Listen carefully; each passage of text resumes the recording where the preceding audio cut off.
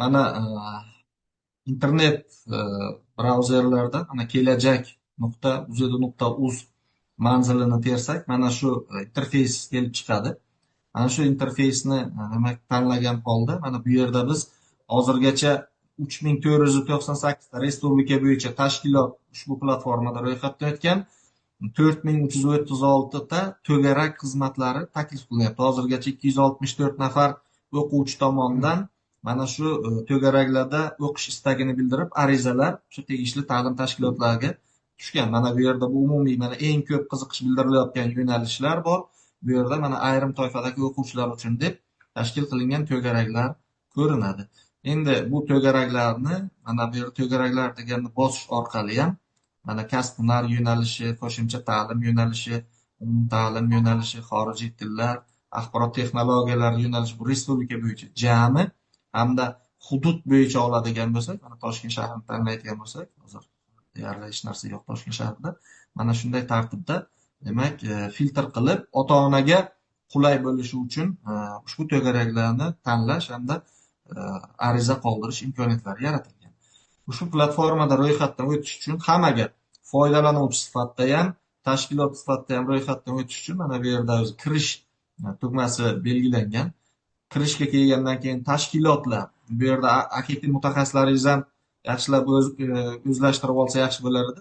Bu yerda tashkilot uchun ommaviy oferta belgilangan. O'sha qanday toifalarda nima ishlar qilish kerakligi oferta. Oferta bilan tanishgandan keyin tizimga kirish tugmasini bosadi. Bu yerda tashkilotlar elektron raqamli imzo bilan ro'yxatdan o'tadi. Sababi biz o'sha tashkilot haqiqatdan ta'lim tashkiloti ekanligi hamda maktabdan tashqari ta'lim faoliyati bilan shug'ullanayotganligi yoki yakka tartibdagi tadbirkor ekanligini adliyaning o'sha tegishli bazalari hamda soliqni bazalaridan filtrlab tortib olish imkoniyati uchun buni elektron raqamli imzoga bog'laganmiz. Mana bitta tadbirkor misolida o'shani ETCPS tanlanadi, kirish knopkasi bosiladi hamda tegishli parol teriladi. Bu davlat maktablari ham o'zini maktabni soliqdagi o'sha ключi bilan kiradi. Ko'pchilik direktorni ключi bilan kiryapti, boshqa o'shanda avtorizatsiyadan o'ta olmadingiz deb belgilaydi. Kirganda mana shunday demak interfeys ko'rinadi. Bu yerda asosiy sahifa, bu yerda statistik raqamlar aks etadi. Birinchi navbatda mana shu ko'rsat bo'limlar ketma-ketligida har bir tashkilot o'zini ma'lumotlarni kiritib borish kerak bo'ladi. Tashkilot haqida degan bo'limga kirganda mana bu yerda tahrirlash knopkasi bor. Mana shu tahrirlashda ikkita tilda to'ldiriladi. Bu ko'pchilik o'zbek tilida yozadi-yu, saqlash amalga oshmayapti deb savol beryapti. Shuning uchun mana tepada ham ikkita nima qilib qo'yilgan, mana shu ma'lumotlar ikkita tilda yoziladi. O'quv markazini nomi yoki umumta'lim maktabini nomi mana bu yerda o'zi maktab nomini avtomatik tortadi bu yerda. Telefon raqamlar, hududi, Toshkent shahar qaysi tuman bo'ladigan bo'lsa yozib, yuridik manzili hamda mo'ljalni belgilaydida xaritadan maktabni yoki o'sha o'quv markazini joylashgan joyini mana bu ko'k belgichani ko'rilayotgan bo'lsa, shu xaritadan aynan o'sha joyni belgilaydi. Bu nega kerak? Men hozir davomida ham tushuntiraman. Bu o'quvchilar davomatini shaxsni biometrik identifikatsiya qilish tizimi orqali davomat qilish tizimini yaratganmiz bu platforma orqali. O'sha yerda o'qituvchi sifatida biriktirilgan pedagoglarimiz tomonidan o'quvchini davomat qilish jarayonida mobil telefon orqali kiriladi. O'sha ko'rsatilgan lokatsiyada bo'lmasa o'qituvchi bu davomat qilish funksiyasi ishlamaydi. Faqatgina o'sha lokatsiyada bo'lgan jarayondagina dars boshlash degan funksiya ishga tushadi hamda davomat ishlaydi. O'sha lokatsiyada bo'lmasa imkoniyatlar cheklab qo'yilgan, ishlamaydi. Shuning uchun maktablar, o'quv markazlari ro'yxatdan o'tganda o'zi joylashgan joyni xaritada aniq ko'rsatishi kerak bo'ladi. Toshkent shahri misolida bu muammo bo'lmaydi. Men o'ylaymanki, hamma juda xaritada hamma joy aniq ko'rsatilgan. Buni belgilagandan keyin saqlash knopkasini bosish orqali bu bo'limni ma'lumotlari yakunlanadi. Keyingisi rekvizitlar. Mana avtomatik mana bu yerda maktabni agar maktab misolida ko'radigan bo'lsak, o'sha ETCP ключiga asosan uni rekvizitlari kelib chiqadi. Biz bilamizki maktablarimizda ikkita mana asosiy budjetdan tashqari ikkita e, spetsshotni hisob raqami bor. Bu 4015lik kuni uzaytirilgan guruh uchun ishlaydigan hisob raqam bor hamda 4001lik pullik xizmatlar uchun belgilangan hisob raqamlar bor.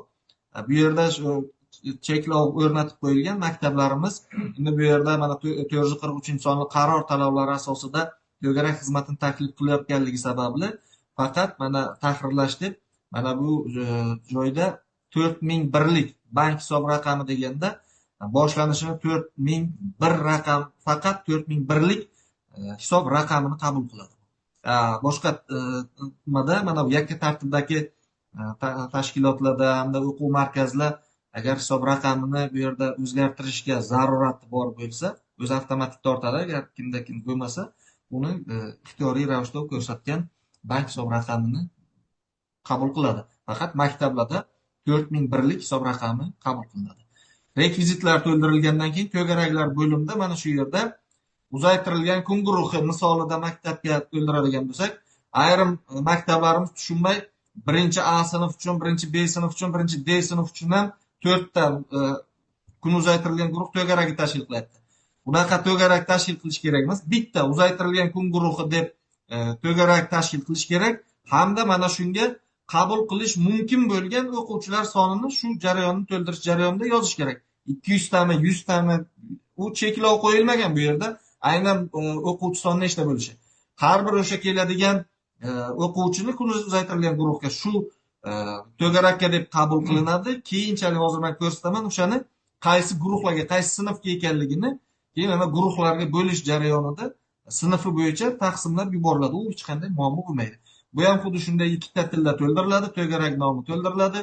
Aynan shu to'garakka jalb qilish nega kerakligi ekanligi haqida bu endi reklama ma'nosida, yo'naltiruvchi ma'nosida izoh yoziladi, manzil yoziladi. To'garak yo'nalishi mana shu yerda o'zi tanlanadi. Kasb, hunar, ta'lim bu yerda maksimal miqdorda necha so'mgacha to'garakka mablag' taklif qilish mumkinligi yoziladi. Demak, to'garak turi, misol uchun umumta'lim deb tanlansa, bu yerda mana aniq fanlar, o'sha paytda mana matematika chiqadi yoki mana tabiiy fanlar deb tanlansa, mana fizika, kimyo, biologiya, geografiya fanlari chiqadi. Mana shuni filtr qilib kelgusida statistik ma'lumotlar yurgizish uchun ham boshqa o'sha narxlarni belgilash uchun ham bu qismlar belgilangan. To'garakning narxi belgilanadi. Maksimaldan oshishiga yo'l qo'ymaydi bu jarayonda platforma. Telefon raqamlar, o'sha demak to'garakni boshlanish sanasi hamda 9 oydan ortiq bo'lmagan yakunlanish sanasi bu yerdan belgilanadi-da. Bu yerda to'garak haqidagi rasmlar yuklanadi. Shu yerda iltimos bo'ladi. Ayrim hududlarimiz o'qituvchilar o'sha to'garak yaratganda o'qituvchilarni shaxsga oid bo'lgan ma'lumotlarni ham yuklay boradi. Diplom, pasport va hokazo ma'lumotlarni yoki 3x4 bo'lgan rasmlarni yuklay boradi. Yaxshi bo'lar edi o'sha fan qaysi yo'nalishda to'garak xizmat taklif qilinayotgan bo'lsa, o'sha, ya'ni biz mahsulot taklif qilayotganda o'sha chiroyli holatda o'sha fan bilan bog'liq bo'lgan rasmlarni 3 ta 4 tasini bu yerga yuklansa, ertaga ochiq platforma hamma ko'radi. Turli bahs munozaralarga sabab bo'lmasligi uchun shu rasmni yuklab saqlash qilinsa, demak bu jarayon yakunlanadi. Endi keyingi yo'nalishimiz o'qituvchilar. Mana shu o'quv markazlarimiz yoki yakka tartibdagi tadbirkorlarimiz, yakka tartibdagi tadbirkor 5 nafargacha o'ziga ishchi qabul qilishi mumkin bo'ladi. Yoki o'quv markazlarimizda bir nechta o'qituvchi bo'lishi mumkin. Umumta'lim maktablarimiz ham uzaytirilgan kun guruhiga 4 ta, 5 ta yoki 10 ta sinf bo'ladigan bo'lsa, mana shu guruhlarga biriktirilishi mumkin bo'lgan o'qituvchilarni mana shu yerda qo'shamiz o'qituvchilar bo'limida. Bu juda oson, qo'shish bosiladi. Mana o'sha o'qituvchini JSHR yozilishi bilan o'qituvchiga tegishli ma'lumotlarni programma avtomatik bazadan tortadi, ichki ishlar bazasidan hududni, tumanni, telefon raqamini, o'sha o'qituvchining telefon raqamini belgilash orqali bu demak o'qituvchi qo'shib ketilaveradi. Keyingisi guruhlar. Mana shu yerda o'sha nechta guruh siz taklif qilayotgan to'garakdan kelib chiqib, misol ingliz tili bo'yicha bo'ladigan bo'lsa, 3-4 xil yo'nalishdagi siz to'garak taklif qilishingiz mumkin. Mana misol kimdir milliy sertifikatga, kimdir boshqa yoki obedgacha o'quv markazida ham obedgacha o'qish kerak bo'lgan, birinchi smenada o'qish kerak bo'lgan o'quvchilar uchun, ikkinchi smenada o'qish kerak bo'lgan o'quvchilar uchun belgilash imkoniyatlari hamda haftani qulay kuni, kimdir dushanba, chorshanba, shanba, kimdir dushanba, seshanba, chorshanba, shunga o'sha ota-onalarga hamda o'quvchilarga qulay bo'lish sanalarini belgilab, vaqtlarini belgilab, bu yerda vaqtga juda e'tibor qaratish kerak bo'ladi. Shu vaqt doirasida erta davomat qilish mumkin bo'ladi. Mana shu vaqt ko'rsatkichlariga qarab to'garaklar yaratiladi. Bu uchun mana qo'shish knopkasi bosiladi, to'garak nomi yoziladi. Bu yerdan to'garakni turi, bu yakka tartibdagi tadbirkorning ingliz tili kursi deb ochganligi uchun bunda faqat bitta ko'rinadi. Hamda o'qituvchi tanlanadi-yu, o'sha hafta kunlarini qaysi kuni ekanligi hamda soat nechidan nechigacha to'garak davomiyligini belgilagan holda, demak biz to'garaklar ixtiyoriy cheklanmagan miqdorda to'garak qo'shishimiz mumkin, lekin ishlaydigan to'garaklar bo'lishi kerak bo'ladi shu yerda. Endi keyingisi bu dars jadvali. O'sha yaratilgan to'garakdan kelib chiqib, mana dars jadvallari shakllanadi. Bu dars jadvali misol guruhlar kesimida ko'rish mumkin, o'qituvchilar kesimida dars jadvalini ko'rishimiz mumkin bo'ladi. Endi mana shu to'garaklarga ota-onalar tomonidan farzandini o'qish istagini bildirib, MyGov tizimi orqali jo'natilgan arizalar mana shu yerda, demak, ta'lim tashkilotini, u davlat maktabi, xususiy sektorni shaxsiy kabinetida arizalar bo'limida kelib ko'rinadi. Bu mana yangi statusidagi ariza turibdi. Mana bu yerda tasdiqlangani hamda rad qilingan bo'ladi. Yangilarni ko'rib, belgilangan tartibda mana ko'zcha belgisi qo'yilgan. Shu yerni bosgandan keyin mana arizani bekor qilish mumkin, sababini ko'rsatgan holda, yoki arizani qabul qilish mumkin, shartnoma tuzish mumkin. Ikkala ota-ona ham ariza jo'natish jarayonida ommaviy ofertaga rozilik bildiradi hamda shartnoma imzoladim deb qo'l qo'yadi. O'quv markazi ham mana shuni, demak, qabul qildim, shartnoma imzoladim degan knopkani bosish natijasida mana tasdiqlanganlar nimasiga kirilsa, mana avtomatik tarzda bu yerda, bu biz testli rejimda sinagan nimalarimiz, mana shartnoma shakllanadi.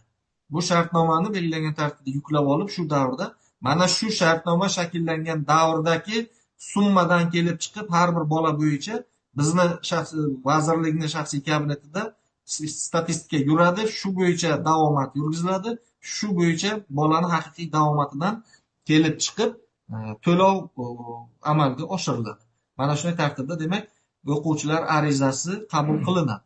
O'quvchilar arizasi qabul qilingandan keyin e'tibor qaratishimiz kerak bo'lgan bir jihatimiz, mana bu guruhlar bo'limiga o'tsak, biz bitta bola yoki 10 ta bola qabul qildik. Mana bizda 2 ta 3 ta guruhlarimiz bor. Har bir guruhning yonida mana o'quvchi biriktirish tugmasi bor. Bittasini bosamizda, mana bizda qabul qilingan o'quvchi, mana o'quvchi qo'shish deb. Bu yerda arizalar soni istalgancha nechta tushgan bo'lsa, o'sha o'quvchini mana shu biz tanlagan, demak, to'garakka qo'shish qilsak, mana to'garakda qo'shiladi. Xato qilib qo'yilgan bo'lsa ham u strashniy emas. Mana bu o'chirishni belgilab, yana qaytib boshqa faqat o'zi istak bildirgan to'garak yo'nalishiga qabul qilishimiz mumkin bo'ladi. Shunda o'quvchilar davomati degan bo'limda bu o'quvchi to'g'risidagi ma'lumotlar shakllanadi. Mana shu, demak, buni davomatini haftalik yoki oylik biz ko'rib borishimiz mumkin. Mana test bitmaganmiz kecha, umuman qachon, qanday tartibda, demak, davomat bo'lgan, bu mana shu yerda ko'rib borilib, hisob kitoblari hammasi qatnashmagan bo'lsa qatnashmadi, qatnashgan bo'lsa qatnashdi bo'lib boradi. Shaxsiy kabinetga ro'yxatdan o'tish hamda bu jarayon bo'yicha kimdadir savol bormi?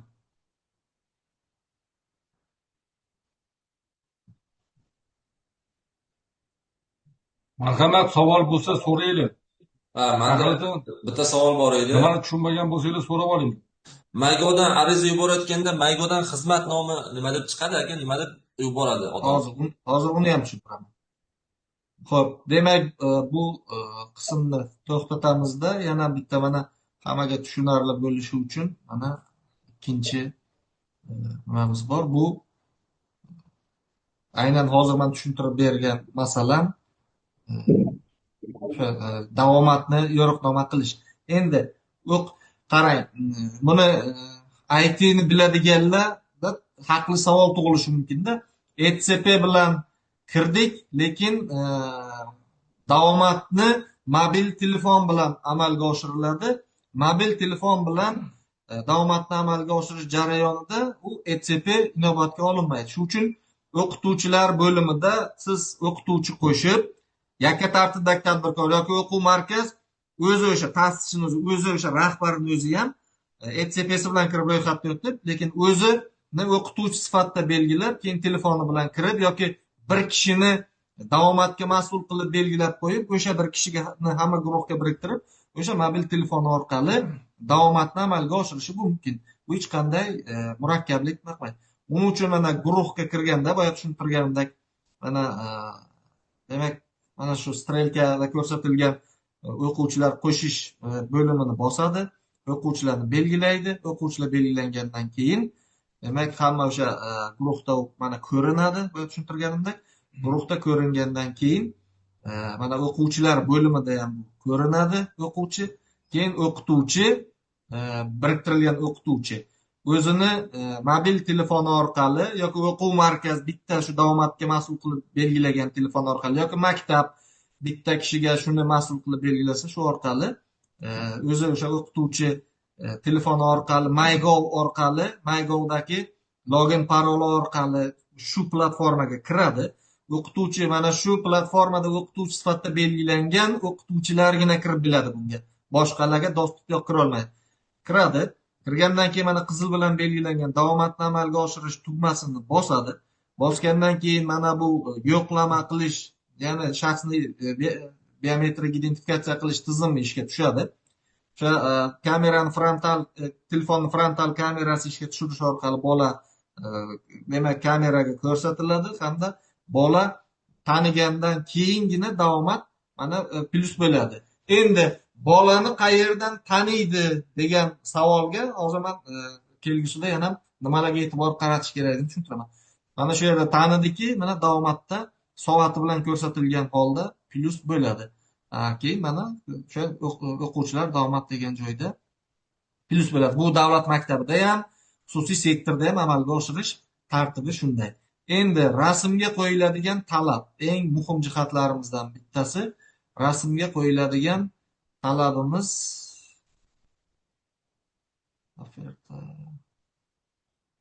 hozir mana bunday hozir ko'pchilik mana bunaqa rasmlar yuklab tashlagan. Bu ertaga platforma mana 3x4 rasm orqasidagi mana bu erta platforma uni tanimasligiga sabab bo'ladi.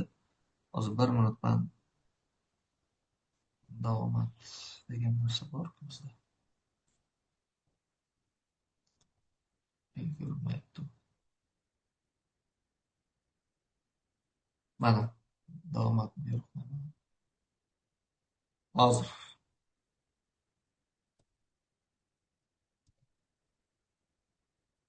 fotosuratga qo'yilgan talablarimiz bor.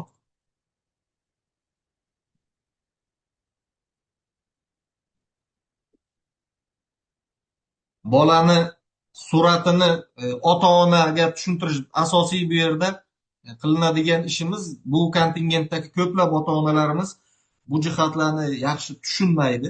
Shu uchun mana davomat to'g'ri amalga oshirilishi uchun, ertaga face control bolani tanishi uchun unga qo'yilgan talablarni biz o'sha ota-ona MyGovdan ariza jo'natish jarayonida ham bular bilan tanishtiradi, lekin ko'pchilik ota-ona bunga e'tibor qaratmaydi. Men o'ylaymanki, bu jarayonlarni maktab rahbariyati o'zi bosh bo'lib, bitta mas'ul qilib bu jarayonlarni tashkil qiladi. Kompyuterda maktablarning o'zida xohishiga ko'ra ota-onaga yordamlashiladi. Shu jihatda e'tibor qaratilish kerak bo'lgan, demak, rasmlarning namunalari, o'sha fotosuratga qo'yilgan talablar ham MyGovda ham yuklangan. Hamda mana e'tibor qaratish kerak.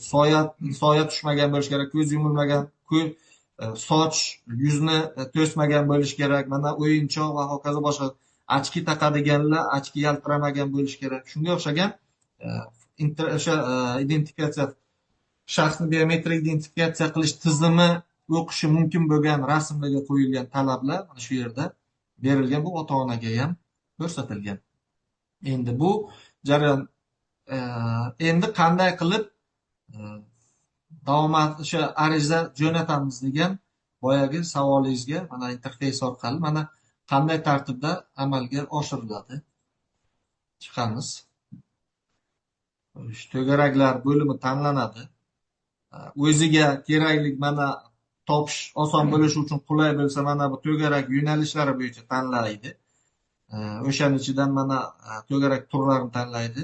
Eng oson bo'lishi uchun hududidan tanlaydi. Mana misol uchun mana bu yerda iqtidorlar maktabi, bu Qorako'l Ziyo o'quv markazi bo'ladigan bo'lsa, shu o'quv markazi to'g'risidagi batafsil ma'lumotlar bilan tanishadi. Bu yerdagi to'garaklar boshqasi bu testli rejimda nima qilingan. Shu yerda shu o'quv markaziga yoki shu maktabga bolasini qo'yish istagi bo'lsa, mana ariza qoldirish tugmasi bor. Bu biz ota-onaga oson bo'lishi uchun bu tugmani joylashtirdik. Mana shu tugmani bosganda MyGov'da boya siz aytgan savolga xizmat ayrim toifadagi o'quvchilarni qo'shimcha ta'lim to'garakka jalb qilish va demak qo'shimcha ta'lim xarajatlarini qoplash xizmatidan foydalanadi. Bu xizmat yopilgan. MyGov'da mana shu xizmatdan foydalaniladi. Endi hozir men MyGov'ni hozir bosadigan bo'lsam, mana boya kirgan bo'yicha MyGov avtomatik o'tib ketib qoladi. Shuning uchun boyagi YTTni nomidan kiradida bu yerda. Mana bu yerda mana birinchi qadamda o'sha ota-ona kirdiki, mana shu birinchi qadam ko'rinadi. Bu yerda ota-ona yoki vasiy ikkalasidan bittasi avtomatik ko'rinadi. Ota-ona yoki vasiy ixtiyoriy ravishda. Bu yerda mana ota-onani JSHR ko'rinadi. Mana shu JSHRga qarab platforma ota-onani reyestrda yoki reyestrda emasligini tanlaydi. Mana ota-onani MyGov ota-onani farzandlarini avtomatik bazadan topadi. Bu yerda o'sha ota-ona o'zini bolasini tanlaydi. Bolani yoshiga qarab, agar kun uzaytirilgan guruh 7 yoshdan 11 yoshgacha bo'ladigan bola bo'lsa, keyingi qadamlarda uni yoshiga mos to'garaklarni ko'rish imkoniyati bo'ladi. Yosh kichik bo'ladigan bo'lsa, bu yerda boshqa to'garaklar ko'rinmaydi. Ixtiyoriy bu baribir tanlanadi. Telefon nomeri turadi. Mana shu yerda ommaviy oferta bilan ota-ona tanishadi. Bu yerda ota-ona tanishgandan keyin ommaviy oferta bilan tanishdim. Demak, shartnoma shakllantirishga roziman degan tugmani bosgandan keyin keyingi qadam bosiladi. Bu yerda demak ikkinchi qadamga mana o'tyapti. Mana yerda ikkinchi qadamda tanlashimiz mumkin. Misol uchun boyagi o'sha Toshkent shahri u kishi Sergelidan o'tganmi? Qorako'l Ziyo, Sergeli tumani Chilonzorda. Umuman u yerdan o'tish mumkin. Hozir demak bu bolasi yoshligi uchun mana nimalar ko'rsatmayapti. Hozir biz tanlagan mana u MyGov'da. Mana shu yerda tegishli yo'nalishlarni tanlab, mana bu yerda yana o'sha ota-onaga mana so'roq belgisini qo'ysa, boyagi rasmga qo'yilgan talablarni ko'rsatadi hamda faylni tanlash deb. Mana shu yerda demak faylni o'sha bolani o'sha platformada qo'yilgan talab asosida faylni tanlab yuborish knopkasini bosish orqali MyGov'dagi shaxsiy kabinet orqali mening arizalarim bo'lib, bu ariza o'quv markazini arizalar bo'limiga borib tushadi. U yerda rad qilindi, qabul qilindi jarayondan keyin ota-ona shaxsiy kabinetiga yetib keladi. Asosan mana shu jarayon amalga oshirilishi kerak.